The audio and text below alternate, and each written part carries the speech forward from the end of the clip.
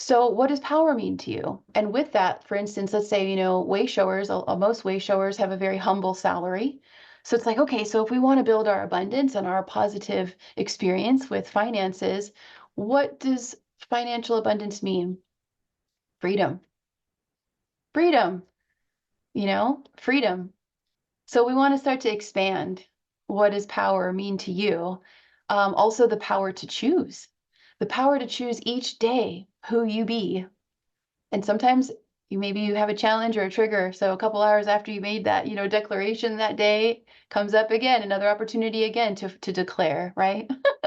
So we'll have a lot of so-called tests until we have more of a basic foundation or the light quotient built inside where we don't waver from it. So anytime you have some doubts or some ripples, wobble of self-doubt, you'll get a nice opportunity to say, no, no, that is true for me now, or that is no longer true for me. Thank you.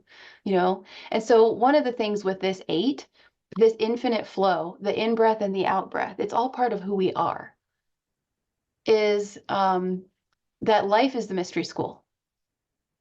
Your life is your mystery school. Every opportunity, that horribly rude person riding your butt on the freeway, everything, right? Everything is your opportunity. And so if you can start to expand to have that open heart and that grateful heart of like, everything is here actually for me. And that's part of that new power dynamic too, right? The old way was feeling victimized or separate. And now we realize, oh, I'm, this unity consciousness. And so the universe is here for me. And with that 8, it's really about the more you're willing to put in and the more love you're willing to gift yourself every day, you're going to see it. Everything you do or think, you're going to see it. If you think a thought that doesn't feel good, you're going to notice like, oh, that doesn't feel good. And I actually feel like that's draining me. Or if you're overthinking, if you're too cerebral now, you're going to notice like, oh my God, this is exhausting, because we're trying to calculate and figure it all out like we did in the olden days.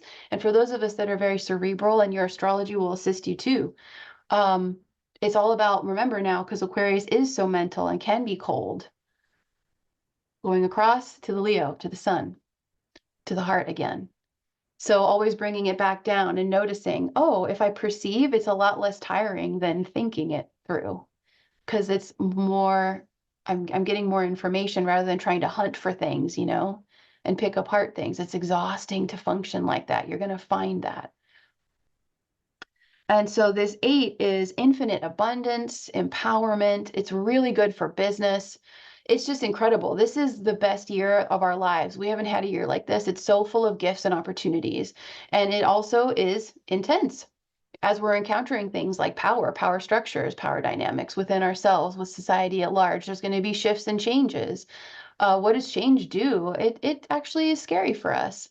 I had a couple weeks ago where I was like, man, what's my problem? I'm like, oh gosh, my inner child is actually kind of scared of this change. This is an older core wound from early imprinting, because change in the oldest those days, where you're moving around and it was stressful. And so it's like, oh yeah, I see that, so it's okay. Self-soothing, loving yourself. I do a lot of this where I'm just like, oh, where I'm just gently touching my throat and my higher heart and my heart, and just, oh yeah, and just soothing. Also weighted blankets at night, or when you like to nap or meditate, the weight will help weigh you down. So you feel like, okay, I can release the tension. Because we have to understand that on another level, a biological level that we're not consciously aware of until later, we catch ourselves holding our breath, right? Or we feel nervous, or something unpleasant is going on. We feel tension in the body. Change and all of this new energy is constantly hitting the nervous system. Then we're not even talking about the photonic light from the sun and the solar increases that will continue as well. So you want to give yourself lots of nurturing and kindness and the self-soothing, the be like a tree. When it feels too much, you notice, oh my gosh, I'm just spinning in all of this. Wow. Oh my God. I don't even know where to go right now. I don't even know where to start. Just stop, put it down, and just come into the center, come into your root. And the best thing, if you can, go be with a tree. If you can't, I've got wonderful videos to take you on forest baths with the trees, but find some photography of trees, something like an activation to assist you. And I'm going to share with you now, since we went into some of this information, which can feel like, let's do a little activation here of be like the tree. And the tree people are some of my most favorite people on earth. When I was still too terrified to trust other humans, which had to do with trusting myself to attract loving, kind humans. Big one. There's another mirror. The tree people were my favorite, and they still are. So I invite you now, we'll just pause for a minute, have a sip of water if you like, and close your eyes. And I invite you to kind of look out with your eyes closed, look out through your forehead, opening that third eye, and invite in your favorite tree friend, maybe someone you met on a journey or a trip or someone in your backyard. Find your favorite tree person, a rainbow eucalyptus or a sycamore or a cedar or oak, rambling oak, a maple. Find your favorite tree and start to observe the trunk of the tree and how there's a beautiful stability there. There's some form and structure that is definitely stabilized. And start to take your vision down the trunk of the tree, starting to look down where it's connecting in with the earth. And maybe you can see some of the roots kind of peeking out. If you see those beautiful banyan trees, oh, love those. And you can see their roots. Now I invite you to turn on your X-ray vision to start to see through that first few layers of topsoil and see the roots. And starting to see the roots and see, oh my goodness, this tree actually is deceptive in a way because the root system is massive horizontally and vertically. And that's what you want to do. You want to anchor in your root and you want to spread your roots horizontally and vertically down, down, down to connect with the heart of Gaia, wrapping your roots 3 times around her heart core and pulling snugly. And then feeling the energetic exchange of that love and that support, the resources, seeing an emerald ray of light, a liquid river of emerald coming up through her roots, through your tree trunk. And now we go upwards with that energy. So we have built an incredible foundation, feeling your roots, feeling like, wow, yeah, I'm so stabilized. I'm so rooted in here. And then we're going to take that energetic focus in your mind's eye now up the tree trunk now, up and up and up. And so we start to come into the branches. And where those branches are and the leaves is this levity feeling of reaching up towards the sun, right? Towards the light, towards the heavens. But there's some flexibility there. So the winds come and there's some lovely movement there gently in the tops of the trees. So you find, look at all these energetics we have going on at once. We are grounded, stabilized, firmly supported and rooted. Stillness at the base. And then we are reaching, embracing, bringing in the levity to reach for the heavens in this ascension, that upward energy now. So it starts with vertical down, and now we're going up. And there's some gentle movement, some swaying sometimes. And so you see this contrast of stillness and some movement and flexibility.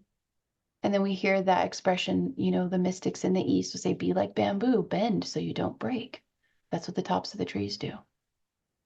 Meanwhile, while they're doing all of these things, they're converting crystalline plasma light into sugar, into life force energy, into the atomic life force. So this is like us. And you notice how, oh my gosh, yeah, we are the standing, walking. So they call the tree people, the natives call the trees the standing people. So we are like them, but we get to walk around. Another wonderful visual to assist you in feeling kind of compartmentalized, for lack of better phrasing. If you start to feel like you're dissolving, you're too spatial, it's too much, see yourself as a beautiful flower. So I want you to imagine your favorite flowers right now. Maybe it's a sunflower or some exotic orchids, roses. And I want you to see yourself as beautiful, beautiful flower. See what colors it is. And then seeing the stems going down into the soil, and you're in a beautiful flower pot. And you can imagine yourself in this flower pot all the time. So when you're out in public, even when you're traveling, this is a way of containing your energy within yourself, in your being. And it's also a really wonderful, powerful way to have more of an energetic boundaries, because some of us are so empathetic. You're around other people and then you're like taking in all their stuff and their information, and it's confusing, right? So this is a way to contain yourself. We want to stabilize and contain and bathe in our own essence and to be sovereign within ourselves. Nothing else is kind of coming in to influence, if you will. Beautiful. So when you're ready, you can open your eyes again. Okay, perceiving and living as energy. Woohoo! Wow. All right. Now we're going to get into a different thing. We're going to start talking about the wave form and living as a wave form, because we know at a quantum mechanics level, this looks solid, but it's really not. You know, everything's spinning so fast, it looks solid. Imagine yourself like a screen. That's probably the best visual I can think of, like a screen in the window or a screen door. You're a screen, you're like a sieve. And you have your home frequency that you feel you're building your relationship to as a being of love, as a being of peace, and your own unique expression. So you have your wave that you're being out and about. Then you also are feeling waves coming through you of information.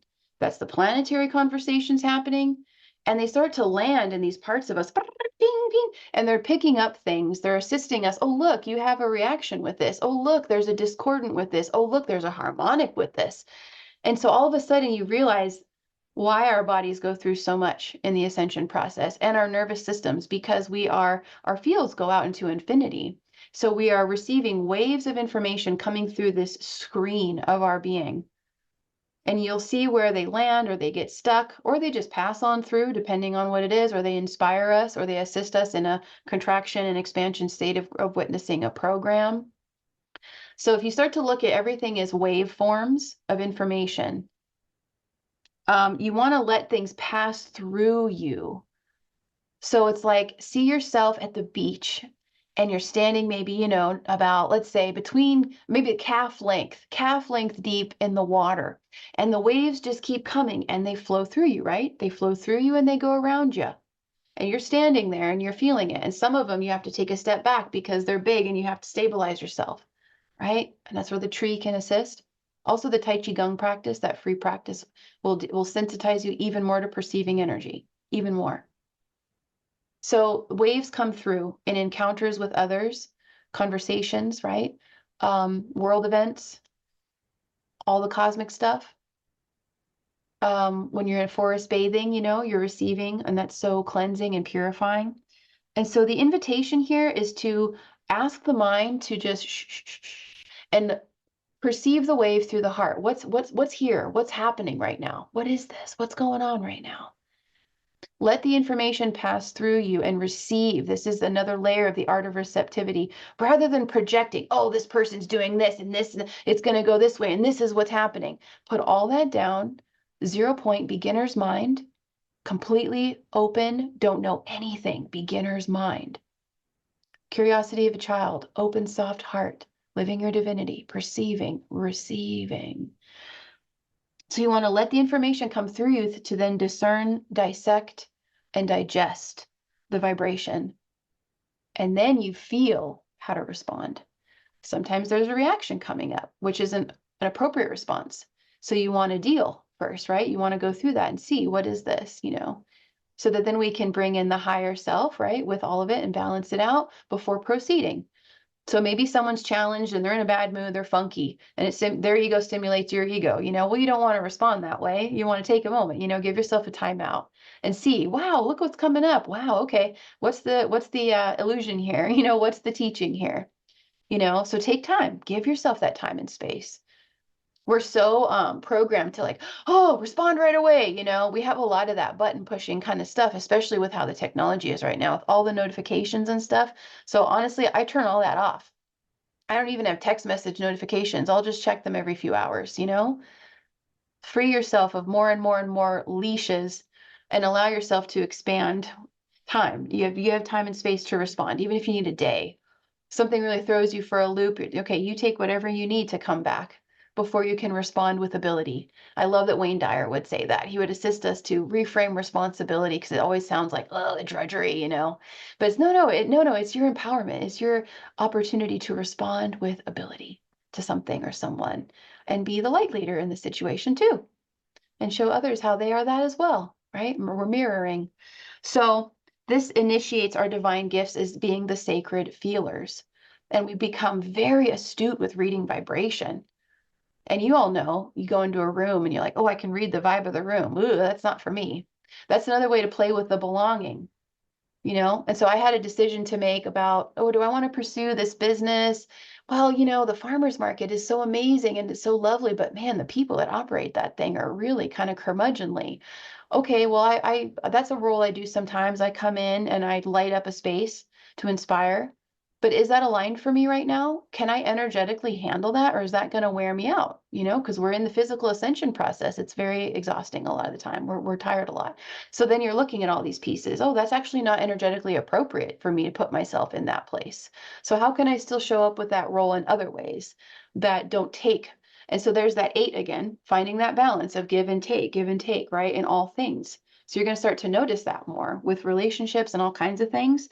But we're starting to trust our emotions, that we're vibrational beings, and emotions are, energy and movement. And we're a part of it. We're actually in this incredible plasma ocean all the time. And so it's very interesting. And so we're playing now with our form and our perception, and the shamanic stuff. We call this shape shifting, So sometimes I'm a tree, sometimes I'm the waveform, sometimes I'm the mist, or a stone or a mountain. So playing with the elementals, play with the elements as well. Feel their energies and how they're so different. Feel your crystals, oh, look at these different rays of color, how they make me feel. They're so different. They affect different parts of me. So it's looking at fixed states of being, and that is applicable, like you have your beliefs, you have your principles, you have your values, and obviously those are open to, we're flexible, but we also know ourselves and know what's appropriate for us, right? And so that's where we could be fixed. That's like your foundation of I am who I am. And then there's the flowing or the waveform of energy, and so this goes to the observer effect in quantum physics. So, the Heisenberg uncertainty principle, also called the observer effect. And I think I want to say it was the 20s, but I'm not good with numbers like that, so don't quote me. But they did an experiment where they're going to look at the particles of creation of matter, and every scientist had a different idea. And the one that said it was going to be a particle saw particles. The one that said it was going to be a wave saw waves. So it's all up to us. And that can feel like an enormous amount of responsibility. Then that brings up our trust. Do we trust ourselves? Yeah, well, we came here, so we have to look at the facts. Make sure you look at the facts too. I came here with this for this. This is my time to shine.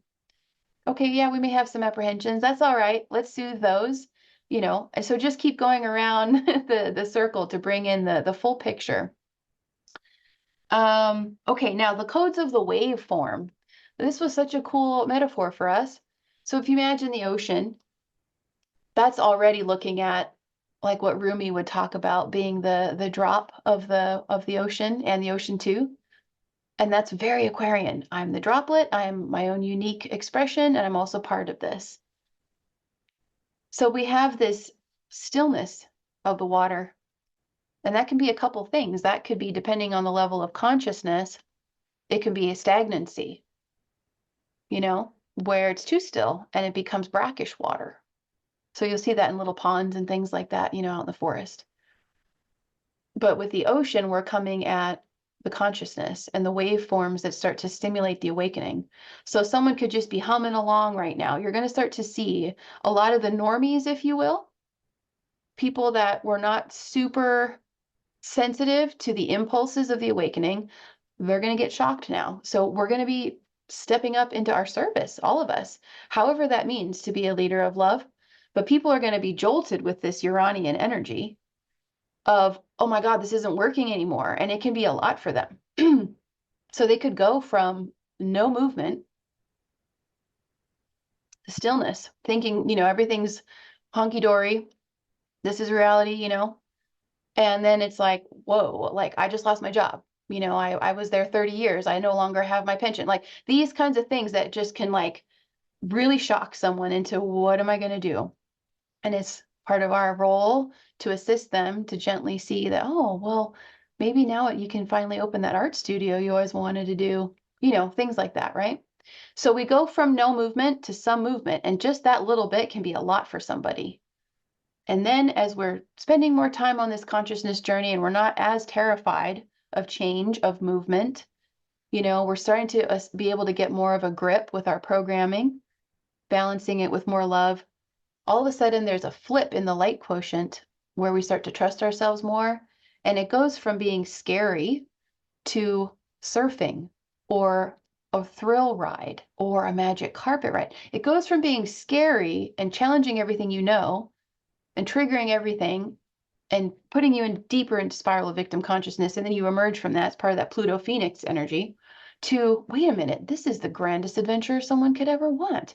And I came here as a creator being to play with this. And we're hearing Abraham Hicks, you know, she says, you're the molders of the clay. You know, there's nothing to be afraid of. You know, it's time to come together and create and enjoy that spark of creativity. And one of my teachers back in the day, she said, your creativity is your divinity. However that comes through artistically or innovating new systems, you know, new genius systems. There's so many amazing ways to show up that will tickle you into such bliss and fun. So then all of a sudden we become this cresting wave. We're starting to gather momentum and it's like, whoa, and that's new too, right? It's like, oh my God, I'm starting to feel my power. This is exciting. Oh, and it may cause some ripples, you know, with shifts as you're stepping into yourself more. Sometimes people that want to stay in the stillness, they don't want any movement and you're creating choppy waters and there may be some splits with that, or you may continue to lead them in this path. It's up to you. It's very individualized. But then that cresting wave is going bigger and bigger and bigger, and we're feeling this joy and this expansion. And then it crashes, and we are humbled, not in a cruel way, but ready for the next one. And you may need to spend some time in stillness and then start the movement and then building up the momentum and the power and the beautiful manifestation and then the next. So it's showing us this infinite process of creation. And it's a threefold, it's a trinity process, right? So it's creation and sustaining and nurturing or building the creation. And also, you could say death, that's a harsh way, but it's just the recycle of the energy. Where does it no longer serve evolution? So we're going to let that piece go because that's actually detracting from the mission or the goal or however. It's the weak link. We're going to let that go. You know, thank you. This was great. It took us this far. This is the farthest we can go. So there's evolution with that. And it's kind of showing you, you know, energy is neither created or destroyed, right? It's just always shifting, always shifting. And so with that, we want to share applying energy and learning to follow the energy in your life and in your business. So I'm part of this is brand new. We're launching it. We're very excited. It's Everything is Sacred, a private community of wayshowers on Mighty Networks. And in the foundational pieces of it, we were coming together, myself and the core founders and visionaries. And okay, what do you think of this? Like, how does that feel like? Oh, should it just be for women? Should it be for everyone? You know, we're looking at all the pieces and everyone is coming up, stepping up and putting their 2 cents in the pot of like, well, I think, you know, I really feel this about it. Okay, cool. We'll take note. I really feel this. Okay, all right. So there's this putting in of all the pieces of how you feel about it and letting it become the soup. Let the soup, you know, it's like a Instapot, set it and forget it, crock pot. And then you'll know when it's time to come back and then you have the formed next step. And so I hope that makes sense. It's evaluating the energy. And when you're making decisions, you're going to feel like, you know, that feels like a no somehow in my body. That feels like a yes.